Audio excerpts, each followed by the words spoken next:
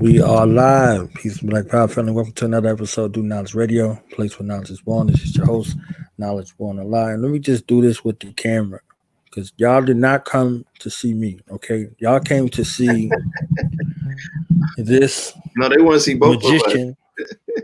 magician. They came to see this magician, No, this they want to see both of us. extraordinary gentleman right here. You understand what I'm saying? Like they came to see the south side of Chicago's own in the building. You understand what I'm saying? Like a brother who done went through adversity, trial, tribulation, and is renewed. And he walks by faith and not by sight. Man, this is so amazing. Have an opportunity to welcome to the platform a comedic genius and an artiste in every sense of the word. You understand what I'm saying? Brothers and sisters, just welcome to the microphone. Welcome to the platform. Barry Brewer Jr. in the building. Welcome to the show, my brother. Glad to have you here. Thanks for having me, man. I really appreciate you. You gotta take me on the road, man. I'll tell you, I do that on a whim, like boom. Hey, real talk.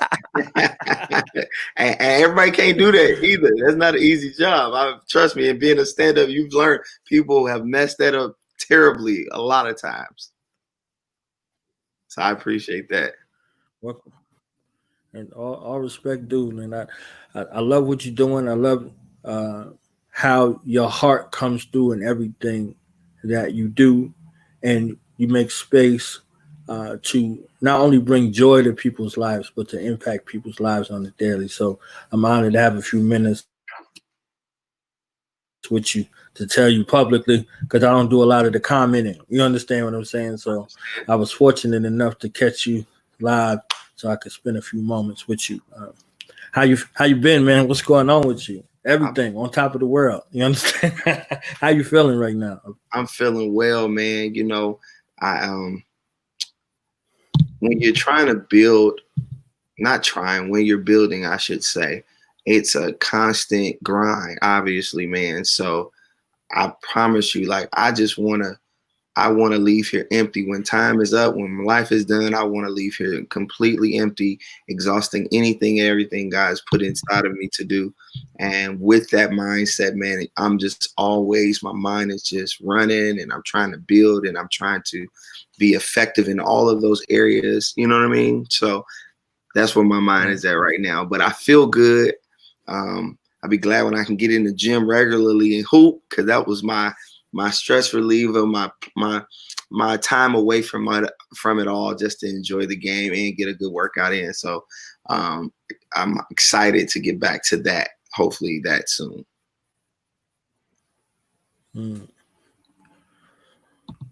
Now you come from Chi-Town and you got a Chi-Town legacy, you know what I'm saying? Shout out to people like you and Jason Weaver making it all right for us Darky Hugh brothers. You understand what I'm saying? To be out here winning. You understand? You understand what I'm saying? So like early on, if you remember, we kind of grew up with Jason Weaver as a kid with Thea and all these other, smart places and spaces where we saw him as Smart Guy, Drumline. You understand what I'm saying? Like all of that. Great actor, man. I always admired his acting. Yeah. So for you, what was the point where which you said, I'm gonna decide to pursue comedy as a profession? I was 19, performing at this church, man, and I got a standing ovation because someone encouraged me to do it. I always admired comedy, love laughing, I love what comedy did for me. It just made life worth living. It just seemed to make life that much better. Like no matter what I was going through, when I had an opportunity to watch Martin or to watch a stand-up show or Comic View, it just took your mind away from any and everything that was going on that may have weighed you down. And it was just a light thing. So to be able to see that I had possessed that gift when I did the first time to stand up, I felt like I found something I wasn't looking for. I didn't know I had. So I was just like, oh, if I could give this feeling, I'm finna do this forever, So it was then that I discovered I wanted to do that. And I always felt that stand up and television and movies came together because I always looked at Eddie Murphy's career and Martin Lawrence's career. So I always believed that as a stand up, I was meant to be in television and film. You know, obviously once I got into it, I understand all stand-ups are not actors that can transition from stand-up to television and film. But fortunately, I was blessed to have the talents to, you know, can do both. So yeah, that's when I navigated into that, or believed I could do it. So, who were some of your early comedic influences? You know, if you, I won't ask you for a list on the spot. That's disrespectful. So, like, who were some of your comedic influences that you kind of honed skills and took a chance to, you know, learn the game from? So Martin Lawrence is the number one uh, person I always say, because, and it's not by popularity, even though he's very popular. When I was younger, I just loved the authenticity of his character on his show. Even when he would go left and play all of these random characters, you believed him. You believed him. That's what made Martin's show great, in my opinion. Just like it made, you know, the Jeffersons, because I think that his attitude and concepts of his show was definitely influenced by the Jeffersons. But it was just believable, and I loved it, man. And so I think when it came to me starting my journey, I think the authenticity meant everything to me. Even now, like, is it believable? Is it something to buy into? And so he's definitely one of my main influences. I love Jamie Foxx because I felt early on in life I possessed a lot of the talents he possessed. I was goofy before I knew I would be a stand-up. I was a musician playing, you know, piano and organ and coming from church and singing and things like that. So and he was of influence. And then Sinbad was another influence. My mom used to work at HBO as a telemarketer, trying to, you know, market people to get HBO early on. And I remember her bringing this movie home called The Cherokee Kid. And that was my first introduction of Sinbad. And then I started looking more up and found out he was a stand-up and started watching his stand-ups. And he was just funny. I didn't even notice that he didn't use profanity. And it was when I started, I got older, I was like, man, he's funny, and he did feature films. And I think he's one of the only clean comic, and when I say clean, just a comic that didn't use profanity, that was able to do feature films, you know, and be that. Yes. So I always, as I started my career, I always wanted my career to be as successful as Eddie Murphy and Martin, but I always wanted to keep that who I am to bring to the screen. You know what I mean? So yeah, that was definitely one, and still one to this day, that gets on the microphone. I was talking to Delay, and Delay said Sinbad brought him back out on stage. He opened up for Sinbad. I said, "You ain't have Sinbad cussing." He said, "You know Sinbad ain't gonna cuss." You understand what I'm saying? Like, and that's a beautiful thing to hear. You know, that's a beautiful thing to hear after so long in the game. You know, remaining authentic and keeping your identity. And he was one of the earlier ones, past the circle of Dick Gregory, that brought some social consciousness and awareness to his comedy. You know, and you're just a image of a man early on. You know what I'm saying? Just an image of a man early on, and you know, very impactful in the lives of, you know, young men. So yes, definitely this way. It showed you don't have to do it like everybody else. Do it. Be you. Be authentically you. And I think that really, you know, shows through his career for sure. And he's a musician too. Right. Yeah. Yeah. The parallels is crazy. You know, you're definitely in the right lane with your multitude of skills. You know? Thank you. So how did you transition from stand up to, you know, some of the sketch work, and then, you know, the music, and also, like, how did you get to, well, we'll get to that after. Okay. You know, how did you transition to the sketch work? Well, as a stand-up and doing, you know, obviously auditioning for movies and television, I early on discovered, shout out to a comedian named David Arnold, who encouraged me to start writing film and television, and gave me, you know, that very great note early on in my career. So I started writing short films. And in that process, I met, you know, filmmakers and people that did it. So my boy Big Ja, as I started to navigate this social media thing, people, oh man, you got to get your numbers up, you know. And so me and Ja had worked early on a short film, and, you know, met each other in the stand-up world. And people were starting to do sketches and blow and get big numbers. And I didn't really have a lot of big numbers. And I'm still working on my numbers social media wise, but I have been working on my craft. This is what I've been putting my energy into. And so when I started to dive into the sketch world, I just, you know, as a stand-up comic already and having a certain level of funny, I was like, man, I can't just do random sketches and then not be funny. So if I'm gonna connect with people and do some, gotta be some people that I feel like, I don't want to say is on my level because I don't believe in that, but that it's funny to me, that I believe is my style of comedy or my brand of comedy, or that I think is funny. And I saw Josh doing it. Big Ja was doing it. So I reached out to Big Ja, said, hey, bro, if you ever need me in a sketch or something, let me know. I'm trying to do the sketch thing. I started doing my own sketches. And then Big Ja invited me to do a sketch with him. And we did The Whole Crew Is Stupid. And that went crazy. And I just been, you know, yeah, when we building from that. Yeah. And that's the thing. You never know what's going to go. You never know what's going to get you your big opportunity. And from that, you know, I was working as an actor, but through that, Tyler Perry saw that sketch and gave us an opportunity with his team to audition for a show. And that led to a show. Really? Yeah, with Bruh. That's how I got the show Bruh on BT. Wow. Yeah. So it just shows you, like, that is crazy. Yeah, one thing to another, and it just kind of opened doors from there, and we still building. Now, you were on tour, because I want to get to the comedy special too. Yes. Also, you were on tour. Y'all were doing that on the tour, right? You, that was Minx and Ja, right? Yes, me, Minx, and Ja. Yeah, we. I am, as a stand-up, you know, like I was like, man, we need to turn this into a tour. We need to take this on the road. And so I put together the tour based off the sketch as just a stand-up performance. And then we have a little sketch at the end where we kind of argue about the words again, you know, play our characters from the sketch.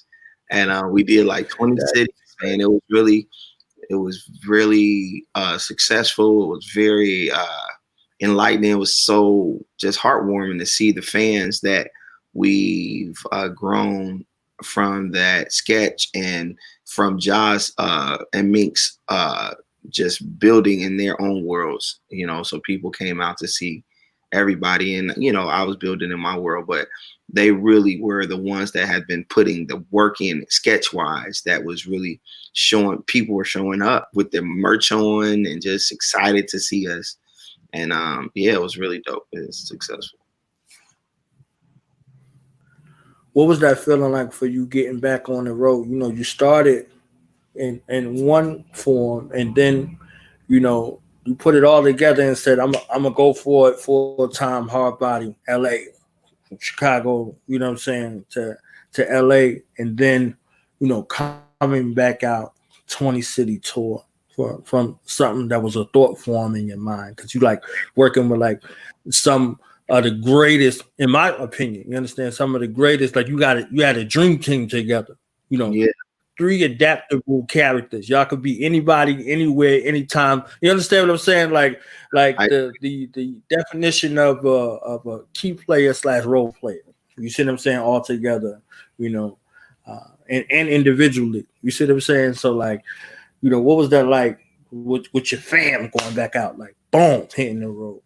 Man, it was definitely rewarding, is the feeling. Rewarding to see the success of it, to be it.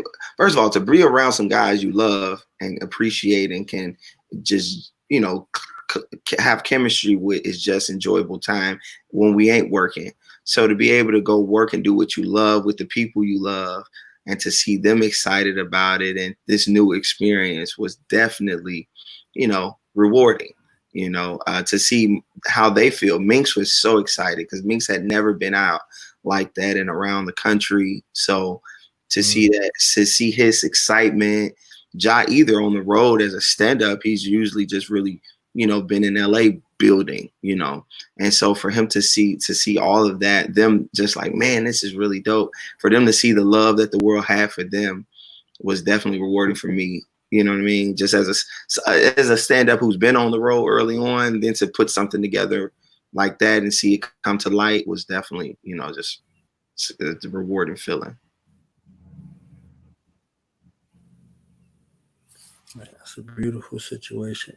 Thank you, bro. I was proud. You know what I'm saying? I ain't been that proud since Biggie was on the Source Awards and he had that towel over his head. He was all out of breath. He won the award. He was like, Brooklyn, we did it. I was celebrating like that, like I was in the crew. You understand what I'm saying? Like, oh, they going on tour with this joint right here. Like, oh man, this is crazy. You understand what I'm saying? So I'm like, you know, they're gonna be out there like, yo, he got a Dees and he got a Sun Fuel. I was like, whoa, this is nuts. You understand what I'm saying? Like Edwin, man. Yeah, that's Ken Edwin, man. That's another, he's a stand-up as well, another part of the crew, man. Very talented writer, man. Shout out to him. Love to him. He lost his mother not too long ago, man. So shout out to him, prayers with him. But he's doing well, but man, but yeah, it's so many brilliant minds that has just in that world, man. Troy in LA, and we got the, you know, Jay Ali and just everybody that Ja like has connected together, and he's been a centerpiece of it all, man. So shout out to him too, for sure.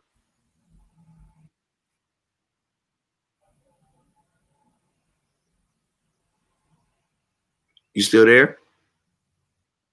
Yeah, I'm here. It was breaking up a little bit. I was just letting it go by. Okay, no worries. Yeah, y'all got a definite all-star dream cast out there. The brothers and sisters are amazing. You know, like and the way y'all move. You know, like everybody be everything. Like I just saw the last video, and I'm like, okay, Troy shot the joint. You understand what I'm saying? I'm like, okay. Then I see Ken in the credit saying like y'all so adaptable for everybody. Everybody does like that's amazing. You see what I'm saying? Like y'all created a new normal of cooperative economics. You see what I'm saying? Y'all created it like credence and ode to a lane where our youth can do what y'all doing and they can learn how to do it and get paid from their phone. You know what I'm saying? Like yeah. y'all put it out there and created a whole nother lane. Like it's so amazing. You see what I'm saying? I can't thank enough. Like this is a first generation with something to carry to the next generation that's work, but it's not work in the traditional sense of where you working. Like you can do this until you transition from physical sight. You know, you can do this forever. You know what I'm saying? Like you ain't got to put the old costume on. You could be the old dude or the old sister actually, you know what I'm saying, doing, you know, what it is that you love, you know what I mean, and creating a great experience for people, for generations to come at the same time. So it's just amazing to see it, you know. I'm really a fan, you know. I spent 17 years in the military, and, you know, it kind of makes you hardwired a certain kind of way, you know. Like war changed you. You know, I forgot how to smile at times. I forgot how to laugh, you know, at times. So I had happened to be on, even though you carry on with your life, like, you know, like life is life. But I forgot how to smile. You understand what I'm saying? And like watching the sketches, like first I watched some of the military stuff. Like that was funny because it was relatable. And I know I was laughing. You understand what I'm saying? And then I saw, you know, I think the first joint I saw was from Big Ja, and then it just kind of led to everybody else. You see what I'm saying? Like, and so much brilliance, so much creativity, so much improv. The timing is impeccable. Everything, like, you know, all together. Like you see so much of this, and I'm like, man, like I used to laugh. You understand what I'm saying? Like I used to laugh. It used to be funny. Like life used to be funny. You see what I'm saying? And y'all kind of brought that back out. You see what I'm saying? Wow. As medicine, you know. Thank you. That means a lot to me. Yeah, the stuff will put you in a dark place, and especially with everything that's going on, like uh, it's good to have a sense of joy and find that, you know, that funny, find that smile, like Pac was saying. You see what I'm saying? Like, and Yeah. y'all provide that uh, Thank to you, people all over the world. People you'll never see. You understand what I'm saying? You may never see. You might just see a comment, but you never see them. You know. that's true. So yeah. I'm Thank you. So what about this project, Conquer Goliath? How did that come together? Conquer Goliath is a project that was inspired by Childish Gambino, actually, Donald Glover. I was watching Guava Island. First and foremost, I'm a musician. God's given me a lot of gifts. And I'm grateful. I grew up in church, playing drums and organ. I played the saxophone for about 7 years during elementary Mm. to high school. So I'm a music head. I'm a musician. I love music. I absolutely love it. So I've already, been in the studio writing and producing. But what inspired me to do Conquer Goliath was wanting to express my musical side and wanting it to be meaningful to who I am, to be a piece of myself, to musically, to the world. It wasn't for no show or I want to be a musical artist or anything like that, but it was me sharing what I really feel and trying to express it musically. That's what Conquer Goliath was. And so obviously my life is all about believing in faith and hope and perseverance and pressing forwards, coming from nothing, gaining something and building something for the next generation to hopefully build on top of that. That's my perspective. So Conquer Goliath was simply conquering your fears. Um, just going beyond what you feel and just being fearless in every way. And we have a lot of dreams. We have a lot of things we think about, and we just are afraid of what will happen or the unknown on the other side. And so I want to create a record an album that kind of speaks to those feelings of all of us, that you can play and be encouraged to go after whatever those things are in your life. And so that's what inspired it. But like I said, Don Glover inspired me to do something musically. I saw that he has a lot of talents, and he did this very unique project. And I was just like, I don't have to be Chris Brown or dance to be a musical artist, to express myself musically. So that was that aspect of it, and then that who I am, the Conquer Goliath aspect came about.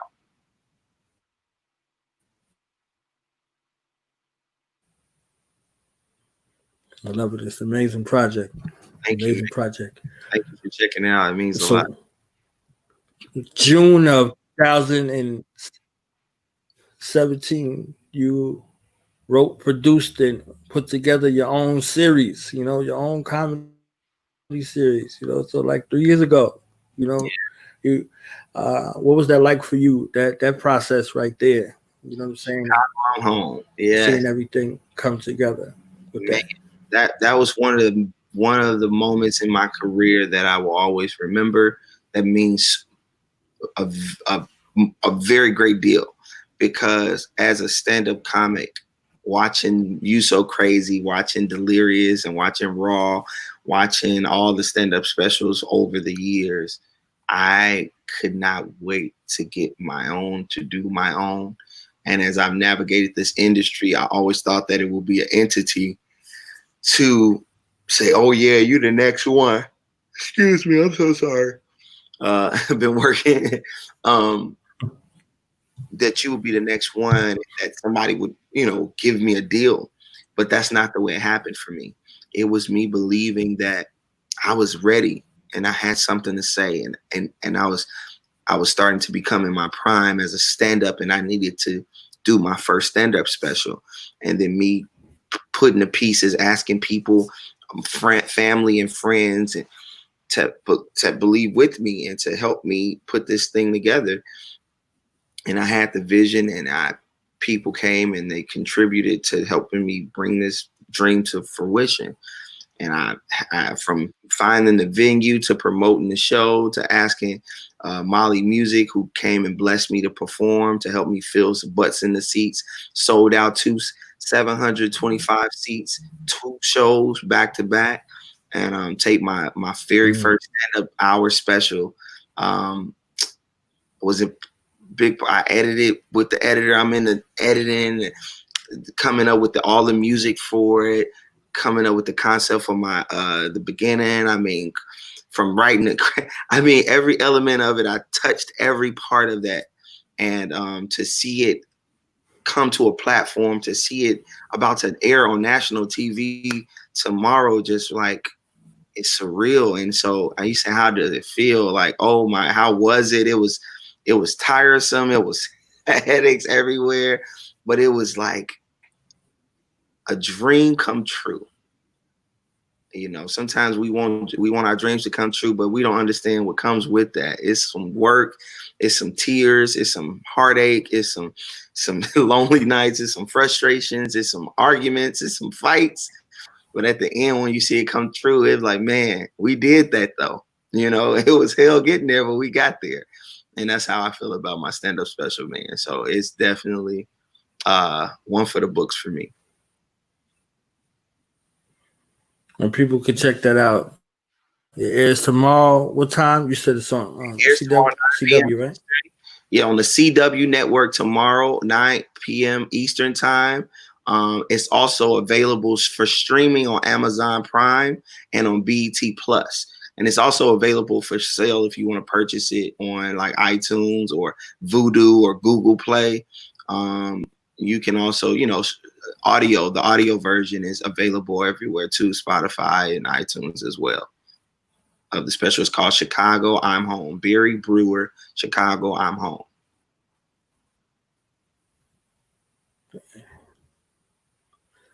Yeah, so y'all make sure y'all be in the building for that tomorrow, and man, please know what you think. You know? Yeah, it's special in so many different ways.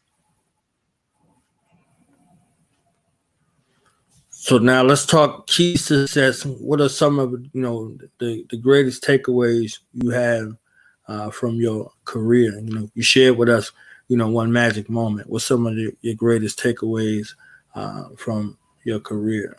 Man, that you could share? Yes, I would love to share that. One of my greatest takeaways is to never give up. That, sometimes, and this is not just from my career, but I think it applies to my life and to any and everybody's life, that sometimes things don't look the way we want them to, and we can give up very early on, not thinking that they will change, not really seeing how things can be better or what we would like them to be. But if you stay long enough and you believe, I truly believe, you can see dreams come true. And that's one of the greatest things as I'm navigating my career every step of the way. I just so grateful I didn't give up. I'm so grateful that I stayed the course. And the things that came to pass, I couldn't have foreseen. Like, I didn't see it, how it would come together. And I think that's the scary part, right? But I stayed believing, despite not seeing and not being able to calculate how it all plays out. And I think that as things happen, I'm like, look how that happened. Like, it was no way for me to ever know that it would happen like that. So the takeaway I see is like, don't you stop believing, regardless to what you see. If you have a dream and you have something you truly believe in, like, don't give up on that, because it will come to pass. And I always use this scripture. It says the race is not given to the swift nor the strong, but the one that endureth to the end. And it's a truth. It's not just a scripture. Like, it really works. It's a real thing. It's a real principle that exists. So that's one of the greatest takeaways in my career. And don't take it personal. That's something recently I learned.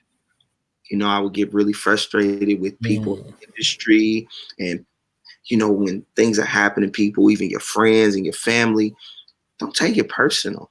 Like, and as I've learned not to take it personal, I've been able to live a lot easier, and not get into it a lot more, less than I have in my past. When people do things for whatever reason, maybe they're doing things for selfish reasons of themselves, but I don't take it personal. I know that people got immaturity issues. They have a lot of different issues that's happening within them. And sometimes the issues we get into with people is the result of what they have going on inside of them. And it ain't even about you, and you just, just a part of that process sometimes, and you can't take it personal. So That's another big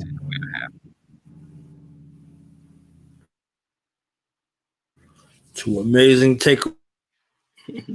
takeaway.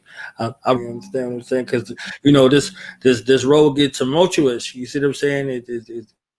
It flips you, it turns you, but it shouldn't change you unless it's for the better. You know what I'm saying? So 100. definitely, definitely. So now let's get to this latest victory right here. Working on the set, you leave one dream team, and then you bring a member of the dream team to another dream team that you work in together with. You see what I'm saying? And it seems seamless. And like to be able to go back and forth. You know what I'm saying? Like you definitely got away with the balance. You see what I'm saying? So, what's it like being there, shooting with another group of family, with a mastermind like Tyler Perry? Oh my God. It was when people ask, it's so much to say what it was, but more importantly, it was inspirational. It was something to inspire, like to be on set, to see this empire that he's built, and something I aspire to have. It was just that much more encouraging that it will come to pass for myself.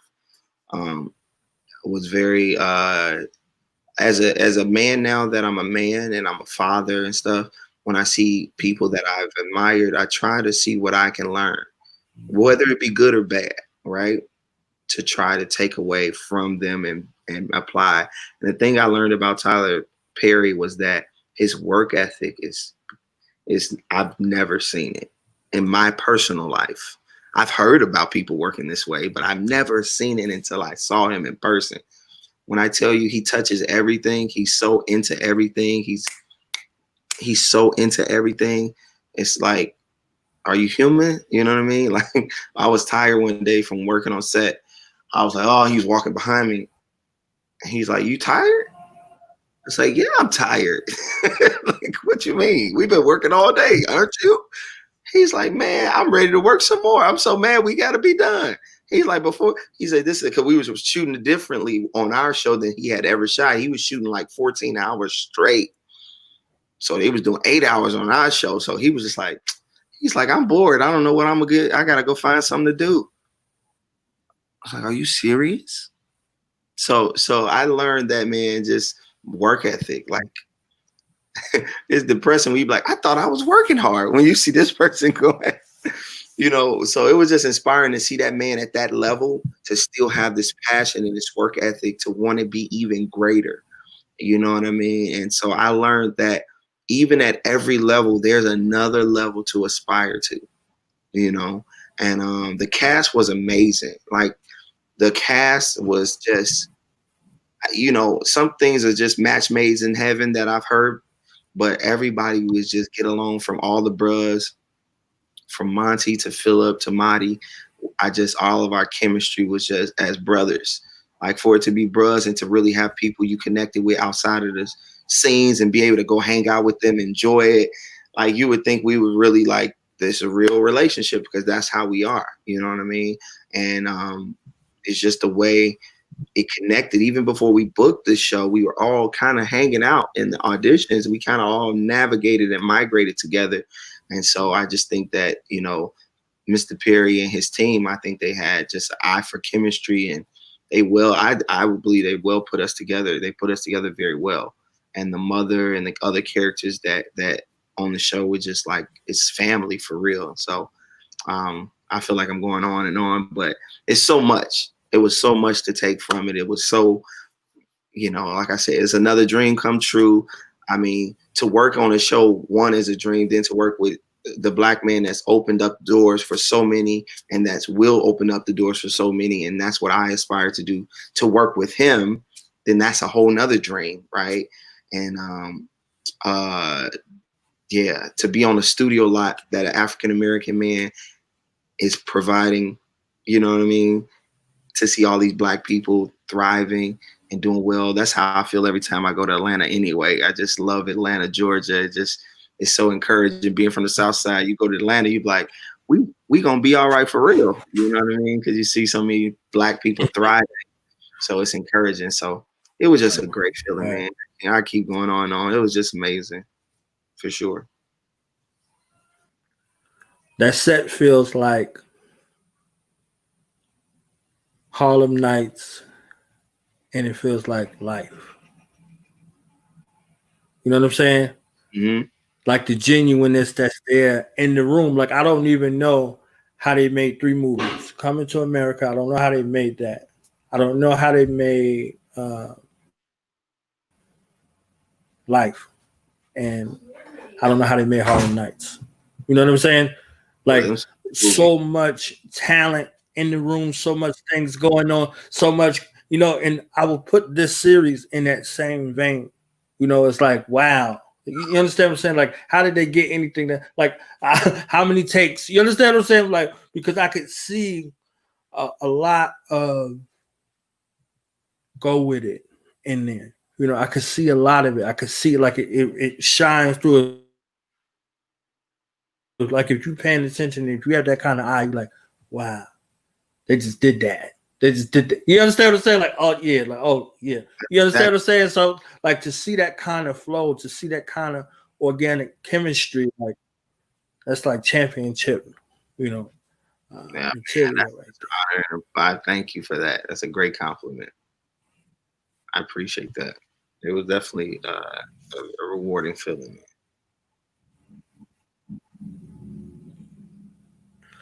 Yeah, I'm one of the ones that one of the motivations behind, you know, doing this platform was like watching all of the behind the scenes. There's always a story behind the story, a story behind what you see. It's what you don't see that there's a story with it. So just getting opportunities to see, you know, what's in certain people's heads about what they do, you know, was like one of a big motivation behind this platform, you know.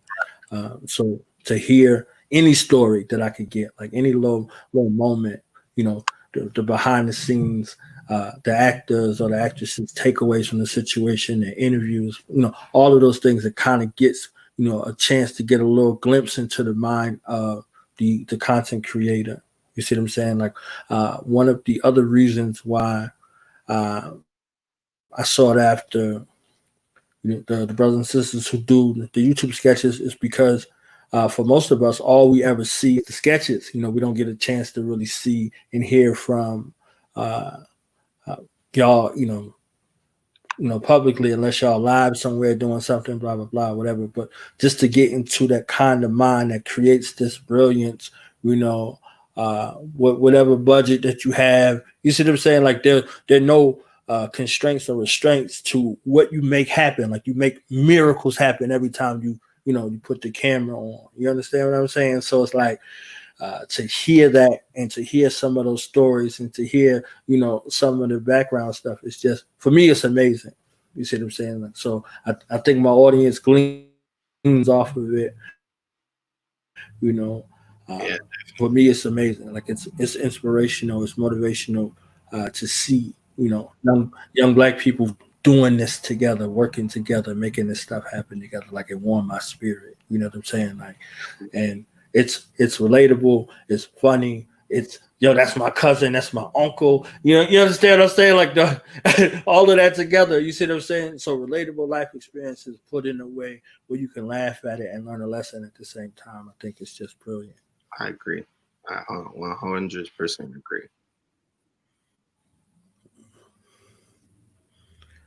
So I know we only got a few minutes left. What's next for you? Is there going to be, the life of a very big book or There'll be a lot of things. the Definitely working on the book. the biopic or the series or something we could read, something to watch? Well, everything's still in the works, man. But feature films and more television, definitely will be in the works for me because that's the goal, and continue to build, better and stronger content and continue. That's what's in the future for me. Nothing right now to promote other than the stand-up special that's premiering on television on the CW June 30th across the nation. But bruh, still streaming. We got new episodes every Thursday on BET Plus. We're at 10 episodes in.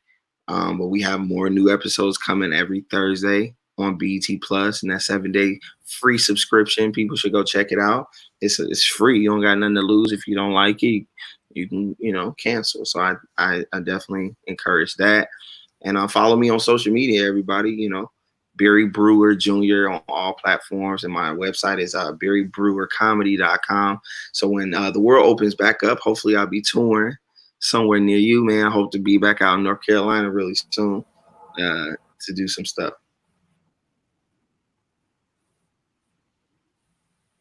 That's what's up. That is what's up. Before we wrap, one last thing. I just wanted to see if you had some tips for content creators. There's a lot of content creators out there. For you learning your way and navigating through that world, what's some advice you could give to content creators out there?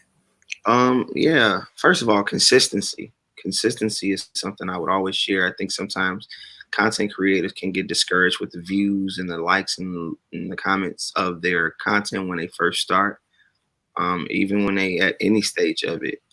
But I'm learning that it's really about consistency. You just never know what's going to hit or what's going to happen with it. And it's about staying with it. It's about making excuses. If you got your phone, shoot with your phone. Like you have no reason not to be building and putting out content. So I would just first tell them just to stay consistent at it. It's not an overnight thing. Everybody's journey is different. So stay consistent, try to make meaningful content. And I believe that, you can be very successful at that.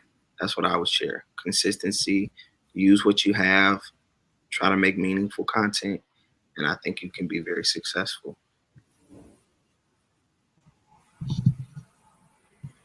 I'm definitely thankful for your time. You know what I'm saying? If you get a chance to holler at Big John, tell him, he welcome over here. You understand what I'm saying? Like, yeah, I know I got a lot going, but I definitely will. Tell him. Yeah, I know y'all busy, man. So thank you for your time, man. Enjoy the rest of your day. Love to you and your family. And love to you too, man.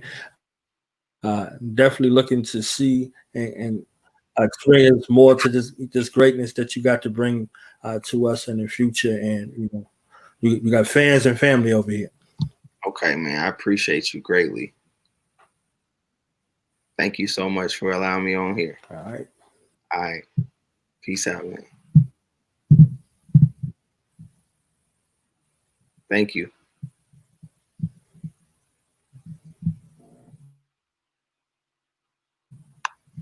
All right, family. We out of here. Peace. Yes, sir. Peace, bro.